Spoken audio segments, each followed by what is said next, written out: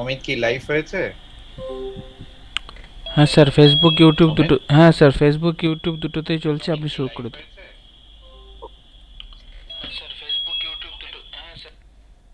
good evening. Today we will be speaking on the basic electrophysiological test, the common test, what has been done, the basic interpretation. So, when should we advise an electrophysiological test, and what is the basic interpretation of the test results? Now, coming to the basic test, what are the tests available?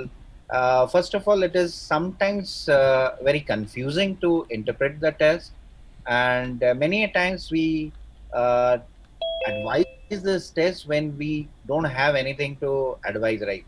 Like it's a unexplained visual loss, so we advise an electrophysiological test, but we should know when we should advise a specific test. So, what are the basic tests that are available?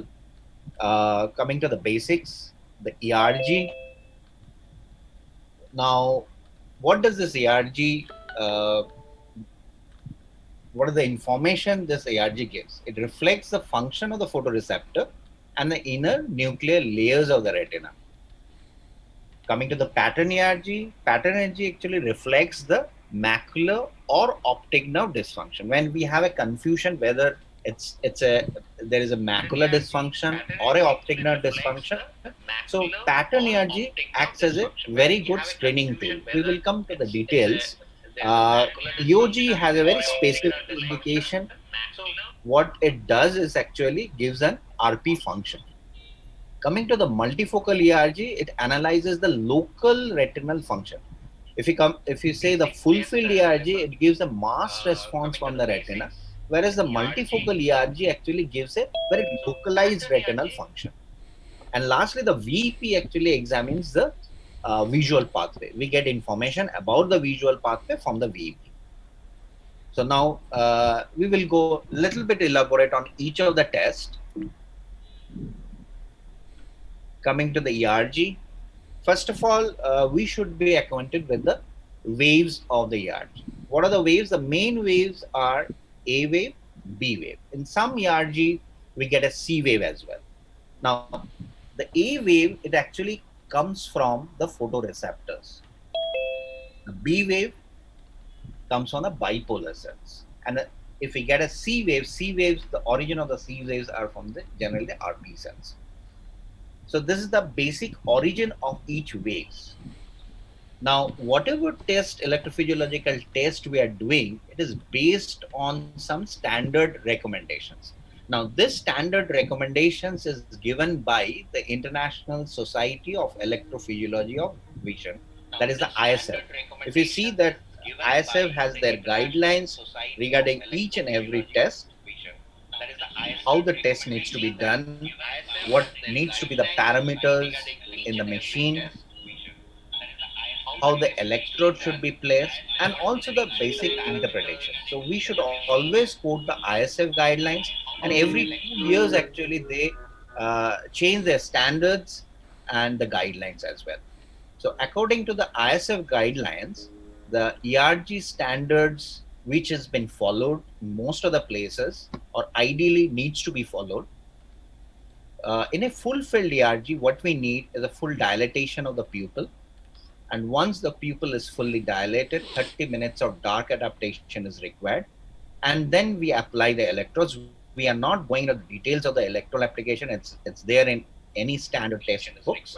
So once the electrodes have been applied and the 30 minutes of dark adaptation has been done, what we record is the rod response and the maximum combined response. What is the combined response? Combined response is rod and cone response.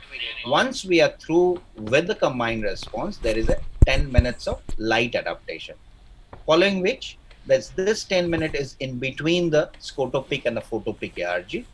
So after this 10 minutes, what is recorded is a single flash cone response, the 30 hertz flicker response, and the oscillatory potential.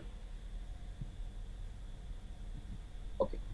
Now, before interpreting any ERG, we should know how the waveforms looks like. because uh, if you go for the if you go with the values will vary from machine to machine. It depends on the normalized data. So instead of going with the values, it is very important we should be aware of how this waveform looks like. If you know the waveform, how it is, the normal waveform should be, then you can obviously identify the abnormal waveforms. So the first one is the rod response. This is how the rod response should look like. The next one is the combined response, that is the mixed response, that is from the cones as well as from the rods. So this is the combined response. Oscillatory potential is very typical. This is how the oscillatory potential looks like, the third one, and the cone response. And the last one is a 30 hertz flicker response. This is also in cone response. So we must be aware of the normal looking waveforms of each of the specific cells, like rod cells gives a rod response, the combined rod and cone gives a combined response, the oscillatory response is supposed to be from the Mueller cells, and the cone response from the cone cells, and the 30 hertz response is also from the cone cells. So this is how the normal waveform should look like. Now, if we see, there is a lot of parameters on which the ERG response depends on. It has been influenced by the stimulus duration, the stimulus interval, the pupillary size, the medication the patient is taking, the age of the patients. So there is various হ্যাঁ মানে factors on বেরিয়েছে which the waveforms depend on. Now, this কোথায় is a very important. We will spend some time on আচ্ছা this ঠিক আছে slide because uh, if we have an idea hmm about the normal waveforms and what we expect in a clinically suspected disease pathology, so we will be a little bit clear. If we see the first three, this is a rod response, this is the combined response, and the cone response. What we were discussing the slide before. So in a normal, we are aware of the waveforms. Just we have seen the waveforms, the normal looking waveforms. Now, if we suspect a congenital stationary night blindness, what do you expect? The rod totally flattened. In a combined response curve, instead of a positive wave, in a congenital stationary night blindness, we will get a negative B wave, or it is also called a negative ERG.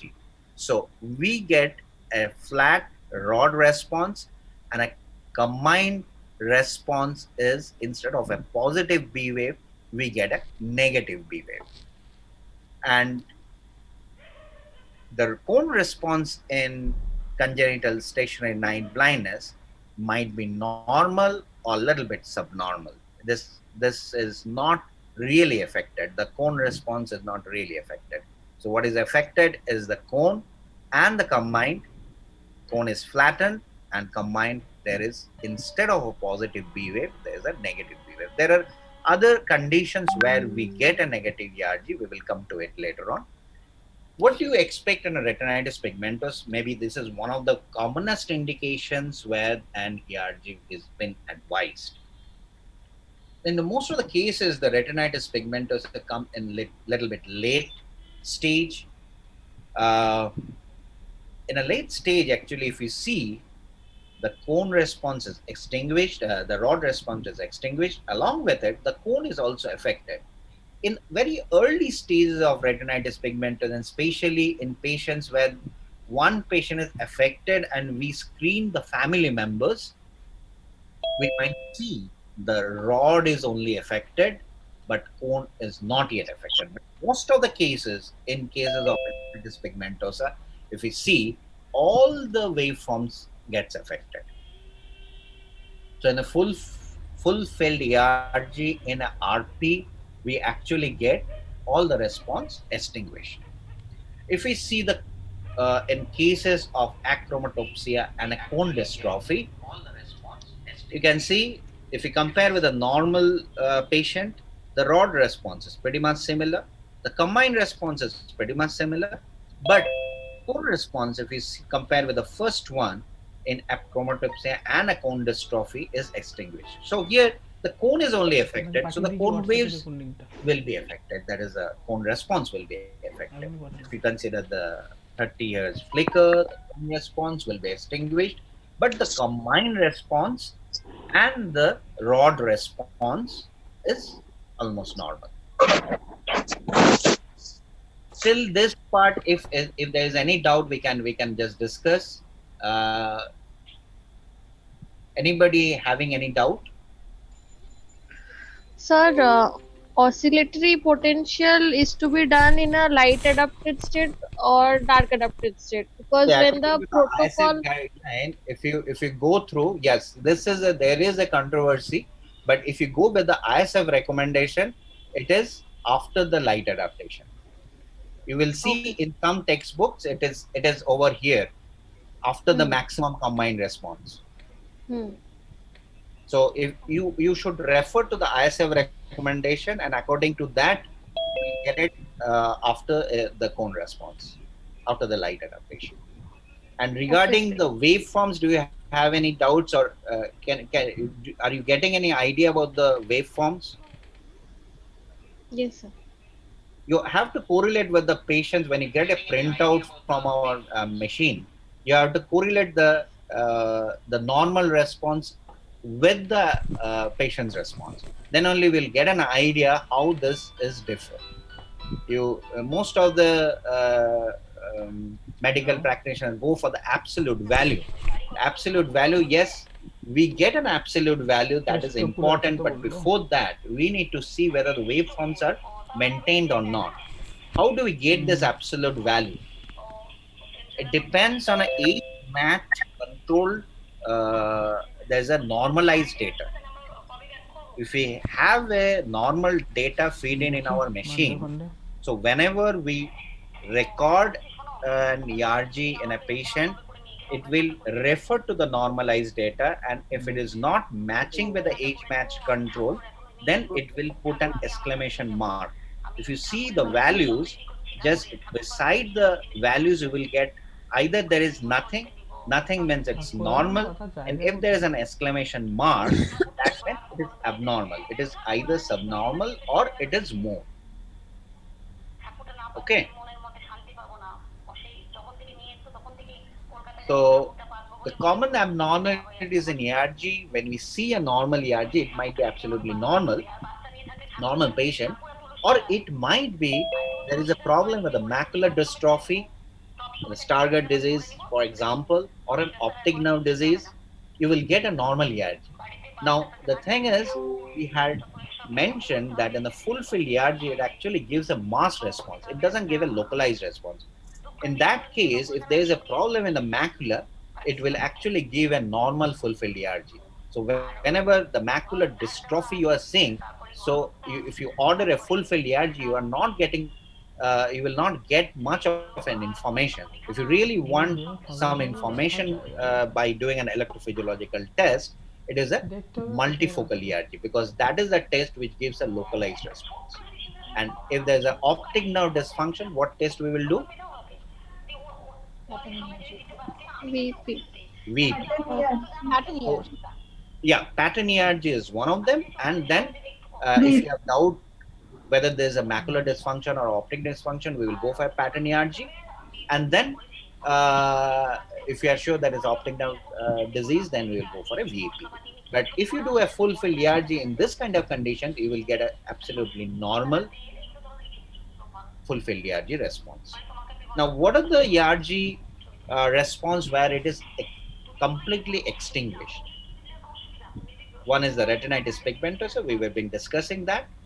Choroidemia, retinal detachment, gyrate atrophy, advanced siderosis, labels.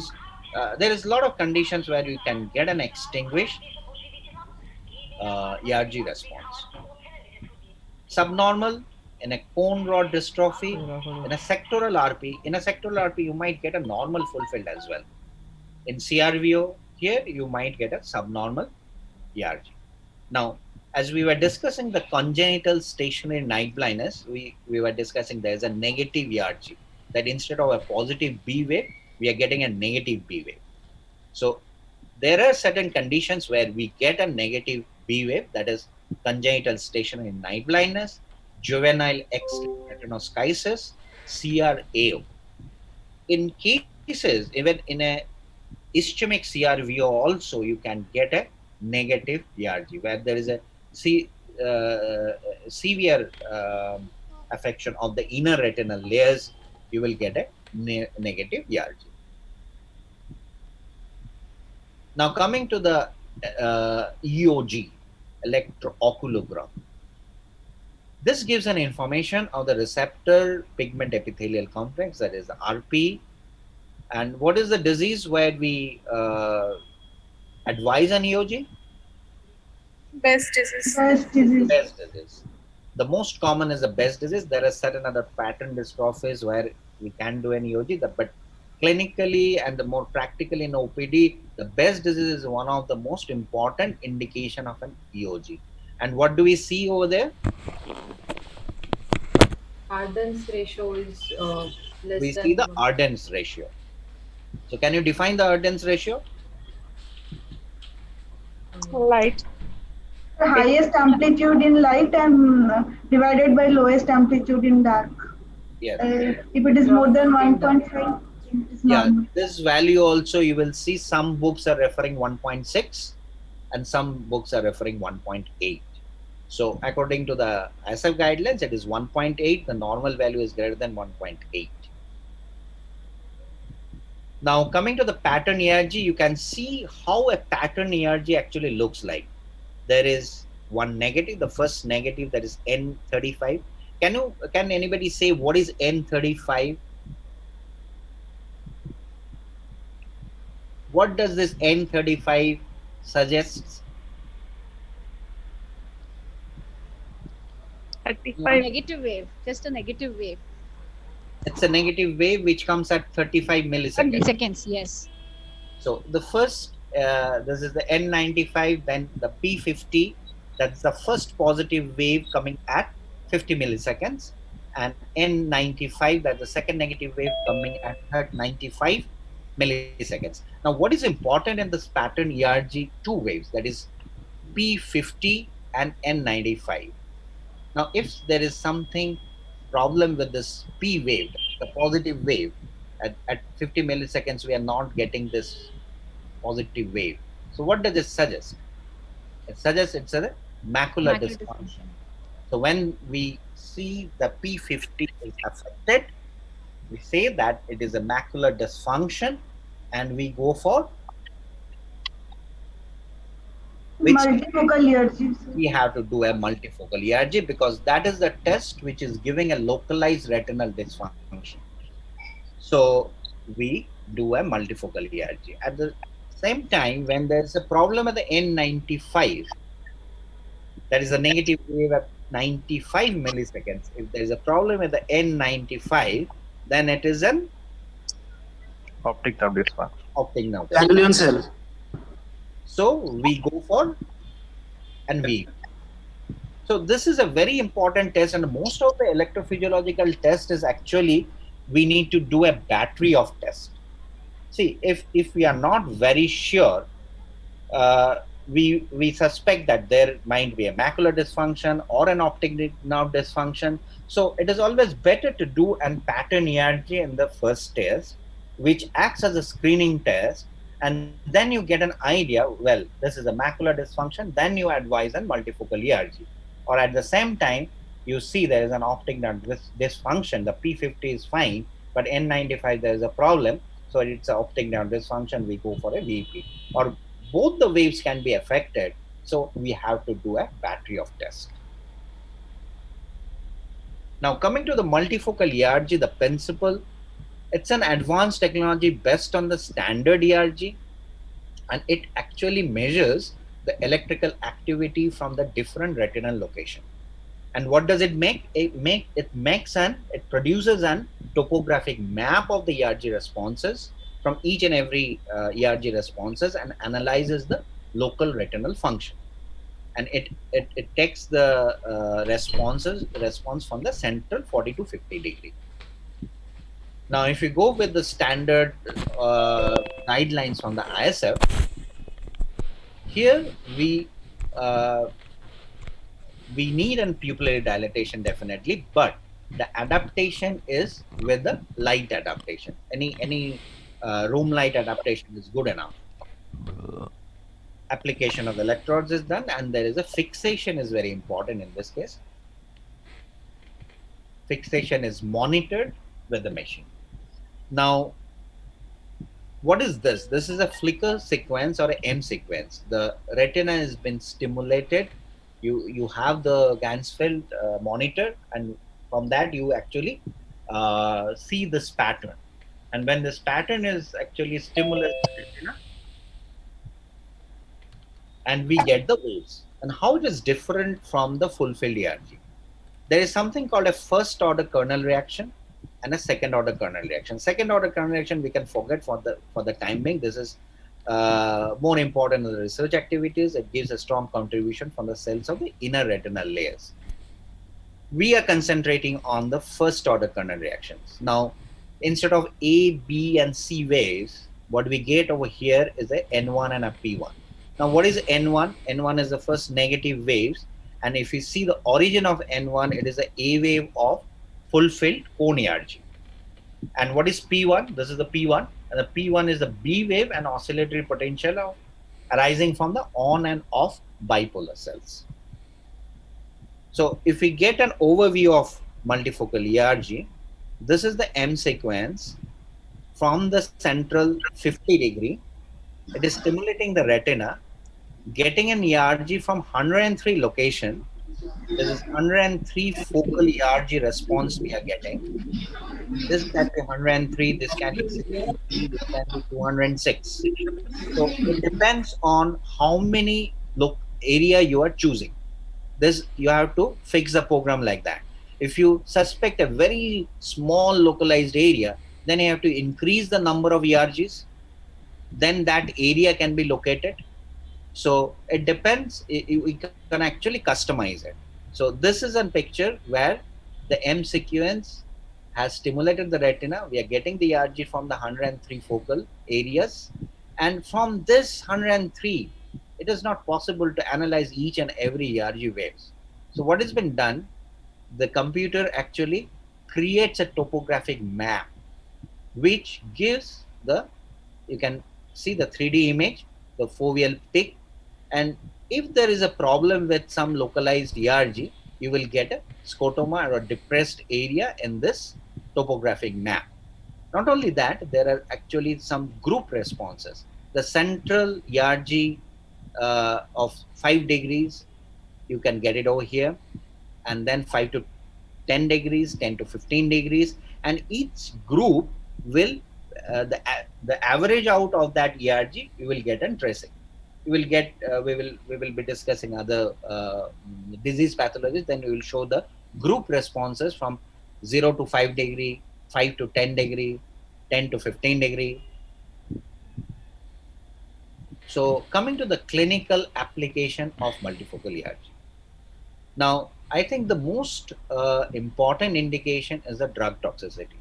And in our routine practice, what we get is a hydroxychloroquine toxicity. You get a lot of referrals from the rheumatologist sending the patient with the long-term use of hydroxychloroquine. And what we need to see, there are other tests also. We are not going into the details of the other tests. What do we expect in a multifocal ERG? Can somebody say what do you see in this picture? Parafoveal gutter. Yes, the parafoveal gutter is a very typical finding in a hydroxychloroquine toxicity. And the important part is, if we detect this kind of finding in a very early stage, this is a reversible. When you stop the hydroxychloroquine, it will be reversible. As we know, in a later on in the advanced stage, we actually get a bullseye maculopathy. And that stage, actually, it doesn't matter. If you just get a bullseye maculopathy, you stop the hydroxychloroquine, nothing will happen. It is an irreversible stage. Here at this stage, it is a reversible stage. You stop hydroxychloroquine, it will rectify the abnormality. So this is the importance of multifocal ERG in drug toxicity. And what are the other medicines actually which is responsible with the retinal toxicity and can be detected through multifocal ERG? This is vigabactrin, amiodarone, sildenafil, ethambutol, tamoxifen. Tamoxifen is also common. This nowadays it is not that common because this was previously used pretty common with the breast cancers. So before the symptoms comes, any drug toxicity can be picked up through the multifocal ERG. So that's the importance of doing this test. Now coming to the CSR, if we do a multifocal ERG in a CSR, you can see that it is depressed. Now, what we see actually in the OCT is a very localized attachment, but when we do a multifocal ERG, we see quite a widespread area of retinal dysfunction in comparison to the localized area of subretinal fluid. In fact, in some cases, the fellow eye will be having some abnormal multifocal ERG responses. So it actually gives an objective measurement of the retinal function. Sometimes you do an CSR, the CSR has resolved, there is no serous detachment, there is no fluid at all, absolutely normal looking. Foveal contour with the NSR is also normal, but there is the patient is actually not very happy. So if you do a multifocal ERG, you will see the foveal peak is depressed or certain area in the central part is depressed. So it gives an irreversible loss of retinal sensitivity. This is what we were discussing in the CSR. This is very common in commercial retina. You will get the commercial retina clinical findings when it is pretty fresh. When it is come with the injury, you see this the paleness of the retina, and what we were discussing in due course with the treatment, this finding in commercial retina will go off, but there might be visual disturbances. Now, this visual disturbance can be picked up through the multifocal ERG. You can see clinically we are not seeing any commissioner retina picture what we see in a very fresh case, but if you see the multifocal ERG, this is the area where it's the response is blue to black. It's not yet black, but it is a blue response. That means that area, the retinal sensitivity is depressed, actually suggests the dimness of vision. This is due to the irreversible damage to the photoreceptor. So it's a prognostic, good prognostic tool. You do a multifocal ERG, you can explain the patient why the vision has not been normal, although your fundus looks like normal. Now, this can be used in cases of where we are doing surgery for an epiretinal membrane. As you can see, the ERG is depressed in the central part and there is no foveal peak in the 3D image, the topographic map. But after the surgery, maybe after a month or so, if you repeat the multifocal ERG in good prognosis cases, you might see the foveal peak, which was depressed, as now being normal. So it actually helps in understanding of the retinal pathophysiology. And same happens in the macular hole also, before the operation and after the operation.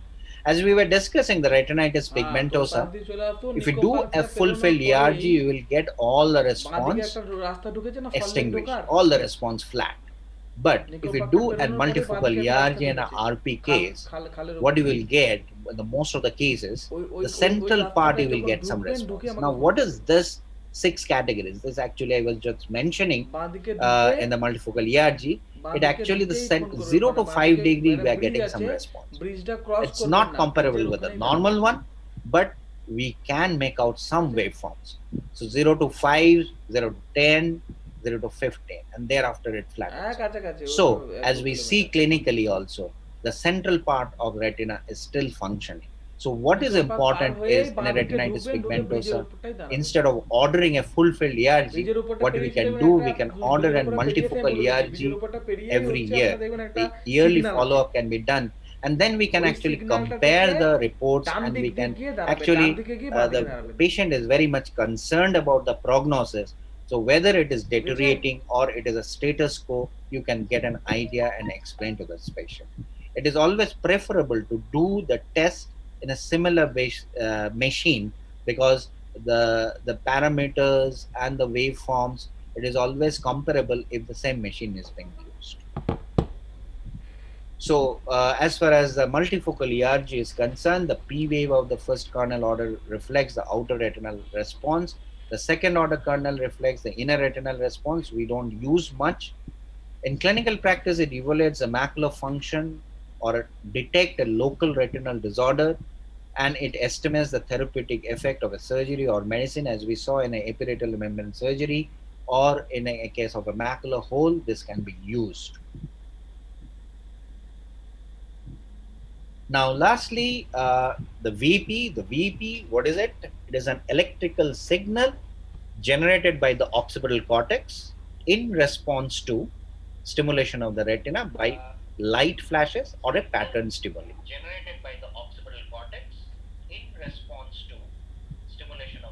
Now, generally, VEP has been done in an undilated pupil, the fixation on the center of the monitor, and the placement of electrode has been done like this. We are not going into the details of the technical aspects of the electrodes.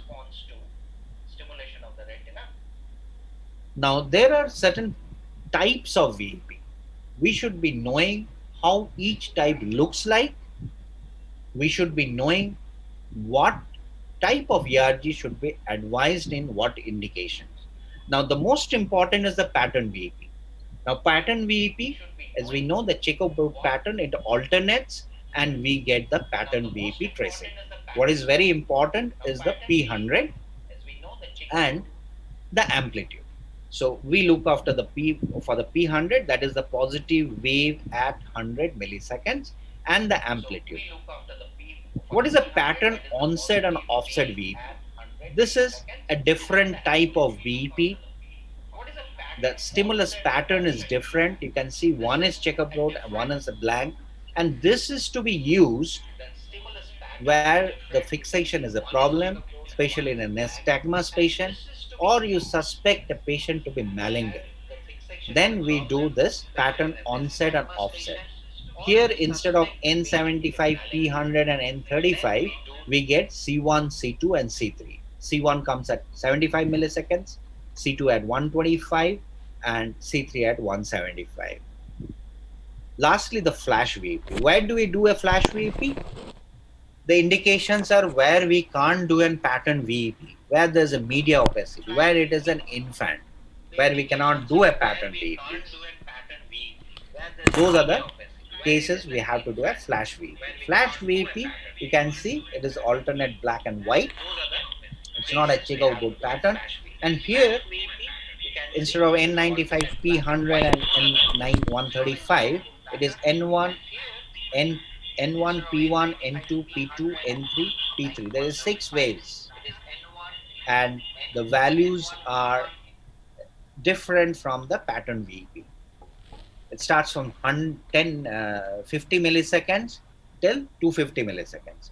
But the value over here is not important as an ERG. In flash VEP, what we need to see whether the waveforms are there or not. But pattern VEP, there is a lot of value to the absolute measurement. Like P100, instead of P100, it comes at 120 milliseconds. That is a significant finding. And instead of 9 millivolt, it comes to 2 to 3 millivolt.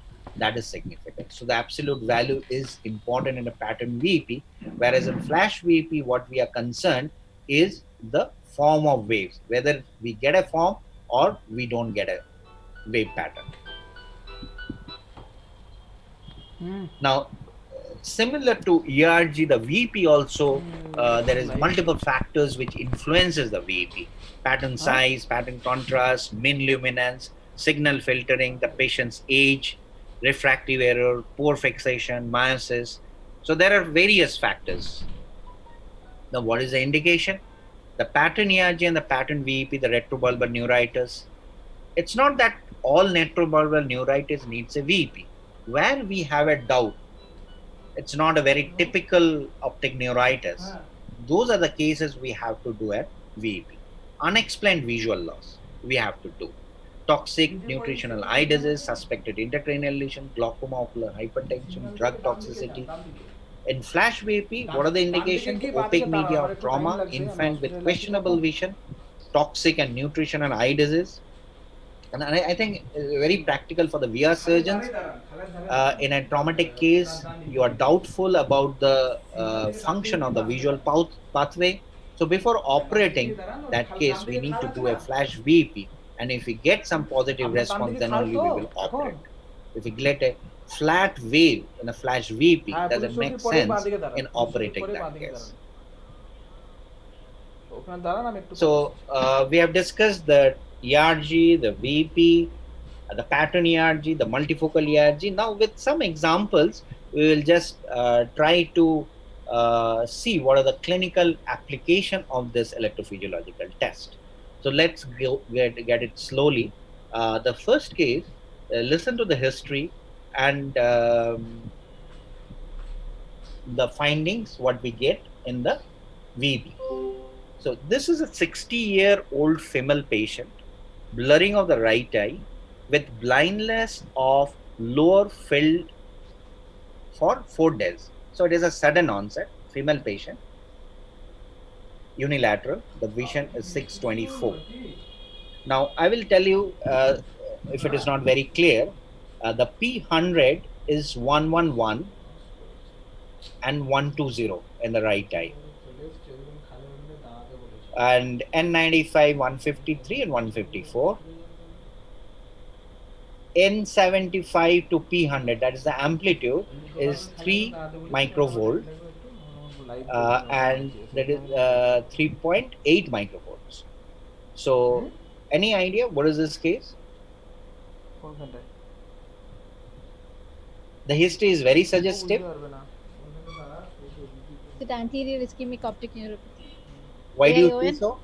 Because of the papilledema which is seen on the optic disc. Disc edema is present in 100% of the cases. What is the specific, the disc edema? What is the specific characteristic of the disc edema? Segmental. Sectoral, or it can be the entire disc might be, but most of the cases you will get a sectoral disc edema. And you see the history also suggests of altitudinal field defect, the lower field, the blindness of the lower field. So that is also very suggestive. And what is the finding of the VP, which is suggestive of ischemic optic neuropathy? Is delayed. Delayed latency. Is it very significant in ischemic optic neuropathy? Amplitude is reduced. 120 milliseconds was there. Yeah, I accept that 120 is not normal, but if you compare the P100 and the amplitude, it is the amplitude it is getting more affected. Okay. In a ischemic optic neuropathy, you will see, yeah, both are affected. That is P100, 111 is absolutely fine. We can consider that to be normal. 120 is slightly delayed. But if you consider the amplitude, it is 3.8, which is absolutely, I would say, the grossly diminished. In ischemic optic neuropathy, it is the amplitude which is grossly affected. Yes, P100 is little bit affected, but grossly affected, you have to see which is more grossly affected. Here, it is the amplitude which is grossly affected. P100 is grossly affected in which kind of disease? In demyelinating disease. Multiple sclerosis. Optic neuritis. In demyelinating disease, you will see the P100, that is amplitude of the latency, the implicit time or the latency being delayed. But amplitude will be, it might get affected, but that is not very striking. Striking is the P100 in optic neuritis. We will come to the other examples. But in ischemic optic neuropathy, it is the amplitude which gets affected grossly. Okay. So this is the diagnosis of ischemic optic neuropathy. Implicit time, I will not say normal, but you can say slightly delayed, because 111 can be considered to be normal, 120 is slightly delayed. But what is most striking in this VEP is the amplitude. It has come down to 3, which is normally 8 to 9 microvolts. So the amplitude gets affected mostly in ischemic optic neuropathy. Now this is the case. 22-year-old female patient complains of sudden drop of vision in right eye for 3 days. Now the first 3 waves are the right eye. You can see the right eye, right eye, right eye. And the next 3 waves, it's the left eye. If we see the P100, it is 128, 135, 136. Okay? And the amplitude is 13.3, 7.22, 7.61. If we see the left eye, the P100 is 103, 103, 107, and the amplitude is 17.6, 19.2, and 21.1. So, what do you think? It's a case The of optic neuritis It is PMR. if you see the P100, it is grossly delayed in the right eye. in the right eye. 135, 136 is grossly delayed. Yes, amplitude is diminished compared to the left eye, but still it is not that bad. In the last case, what you saw, it was 3 microvolt. Here, the lowest is 7.6, 7.6, 7.2, and 13.3. So it is affected, but not the striking features. The striking feature is the delay in P100. So this is a case of right eye optic neuritis. Implicit time is delayed, amplitude is moderately reduced. So this two, am I clear? Yes, sir. Okay. So next, case 3. So just one doubt, sir. If I'm sorry if I'm disturbing the flow. I was just interested in knowing that usually the retrobulbar neuritis is an acute case. So when the patient reports in an acute case, you may have such delayed responses. But what happens later on? Like if the acuteness of the disease is gone and the patient comes back for a follow up, will these delayed responses continue to be there, or is there any modification which is seen? Yeah, in a delayed optic neuritis, we will come to that also later on. But Yes, sir. as you have already asked the questions, generally what happens, the amplitude recovers, but the delay in implicit time or the latency takes time. It might be slightly delayed for a very long time. Thank you, sir.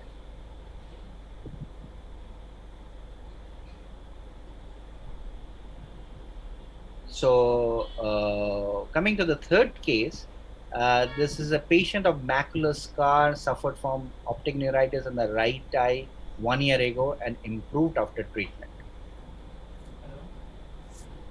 What do we see in the P100? 114, 119. And the amplitude is 5.39 and 5.13. So, as we were just discussing, this is a healed optic neuritis.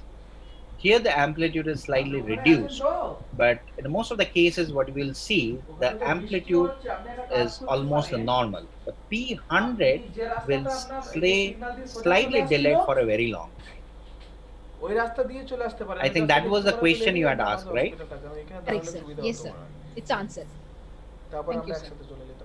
So coming to the case 4, this is a 69-year-old male patient suffered from blindness of left eye in a road accident, optic despair, the visual acuity 624, and the left eye visual acuity no.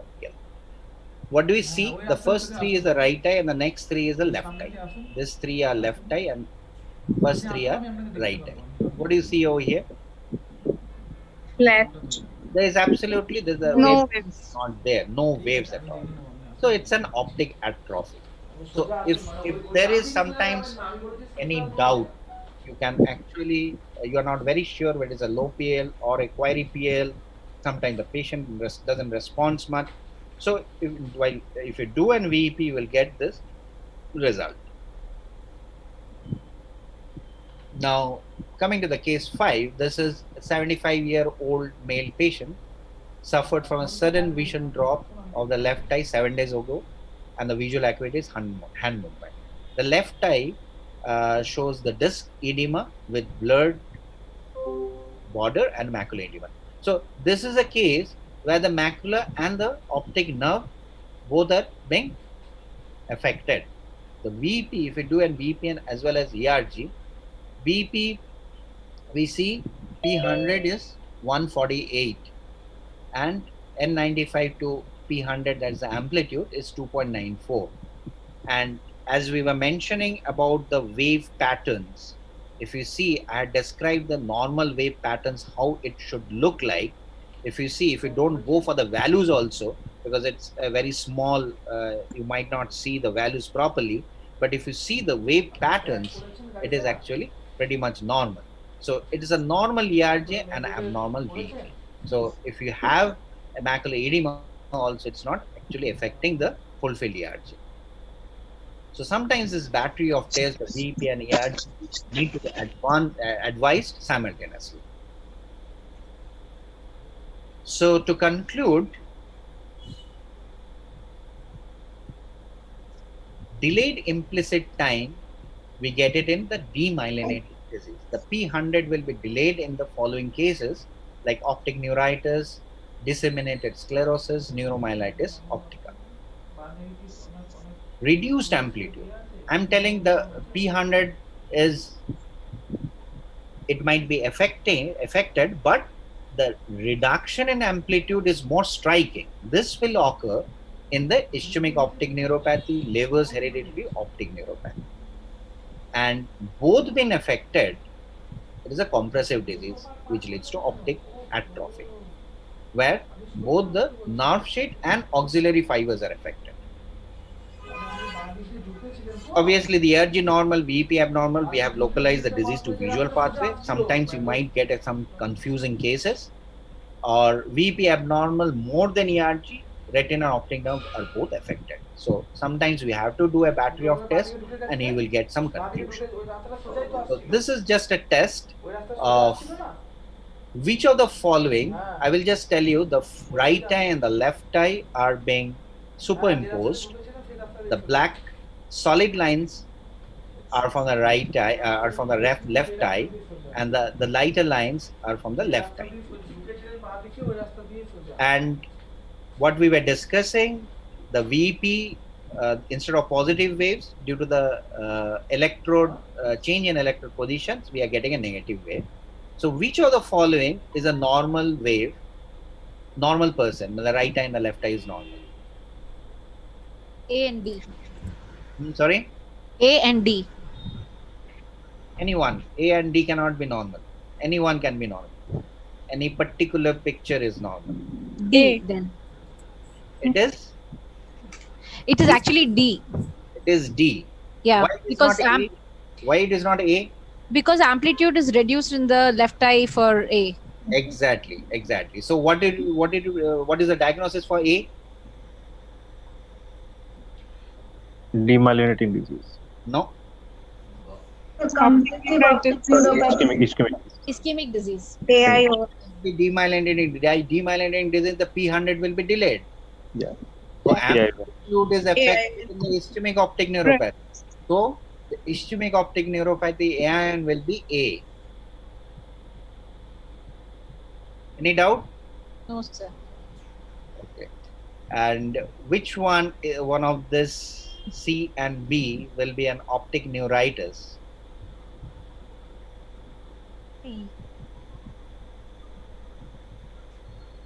I will tell you, the one of this picture is an optic neuritis and one is a hilled optic neuritis. Now you tell me, which one is optic neuritis? B is optic neuritis. If you see, the darker line is delayed and the lighter line is on, P100 is maintained. It is not delayed. If you what about the C then? On the C also it is the same thing. It is delayed and it continues to be delayed on the darker side. But the amplitude Slightly delayed You have to see the amplitude. amplitude is also Amplitude is affected in C, Yeah. which is actually recovered in B. Can see the amplitude is recovered, but still the delay in the implicit time stays. That's what we were discussing before. The amplitude will be normal, but implicit time or the latency will take time to recover. So the C is optic neuritis and B is an old optic neuritis. Okay. Yes, sir. So I think that's it. Too much of electrophysiology. To summarize, it's a very good diagnostic tool whenever you have a clinical doubt. It's a monitoring tool at times and definitely a research tool. Thank you. Thank you, sir. Thank you, sir, for a wonderful presentation. Thank you.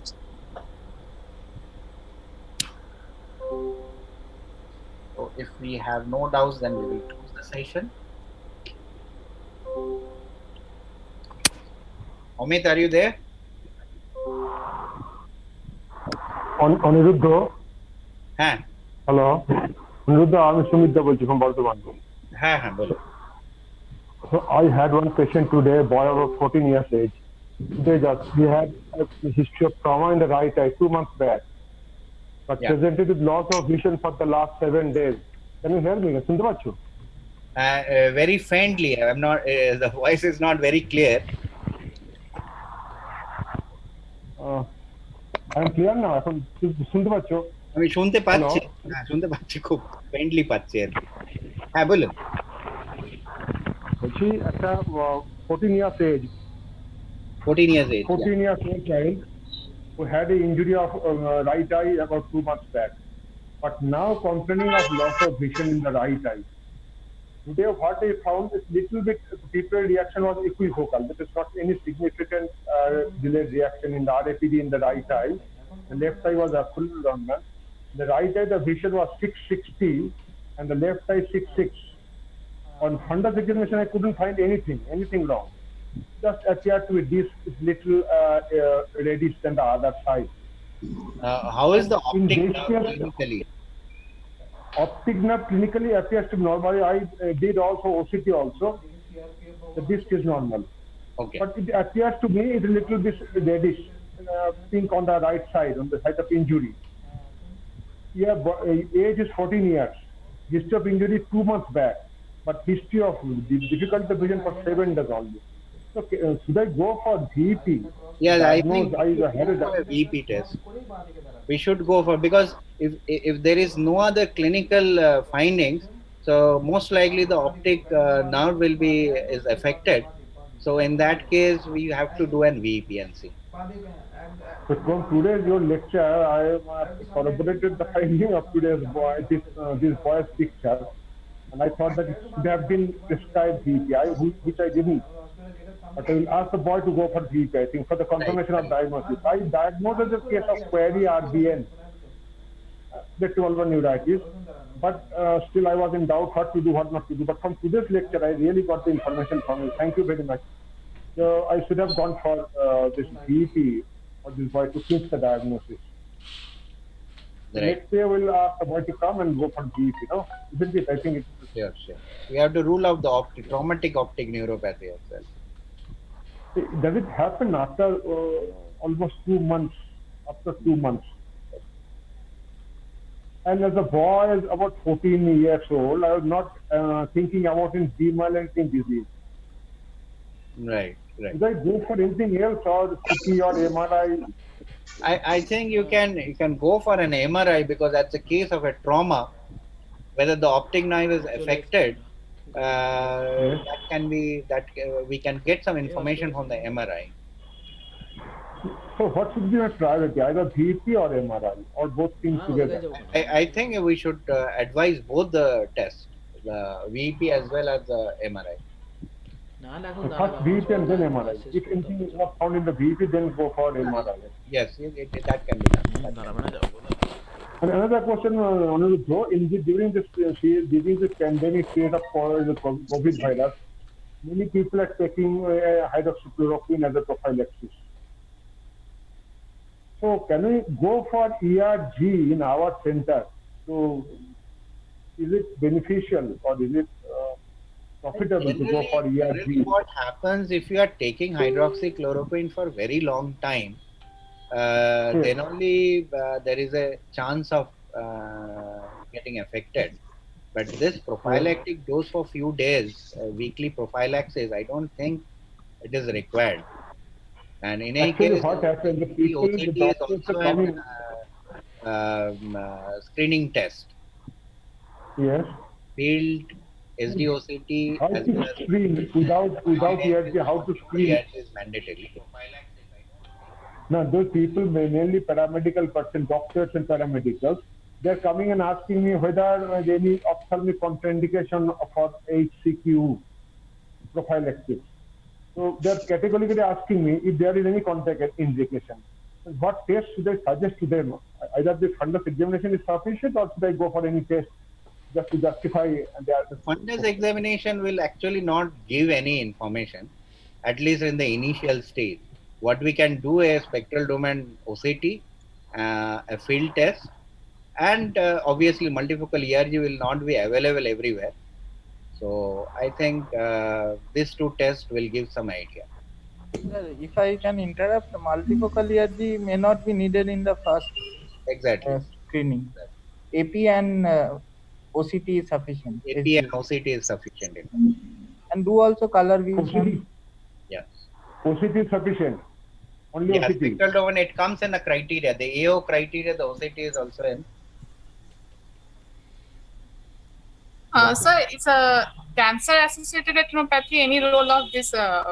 Because sometimes the long-term chemotherapy patient they used to for the screening purpose, but in fundus we can't see anything. So it's in the same protocol. Wherever you suspect an unexplained loss of vision, you can go for a test. As I was mentioning that, I think the multifocal ERG would be will give better information than a full field ERG. Okay. Thank you, sir.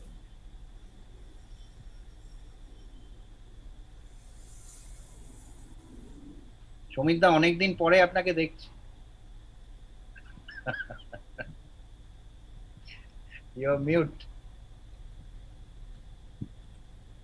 Mute আছেন sir. ও আমি বলছি আমি অনেকদিন ধরে চেষ্টা করেছি, আগের সপ্তাহে চেষ্টা করেছি, বাট ফের আজকে ওই জন্য অমিতকে পার্সোনালি ফোন করে আমি লিঙ্কটা নিলাম। Okay. And a very good discussion, really very good. Thank you, Aniruddha. Thank you. Excellent deliberation. Thank you, sir. Okay, I think we'll call it a day.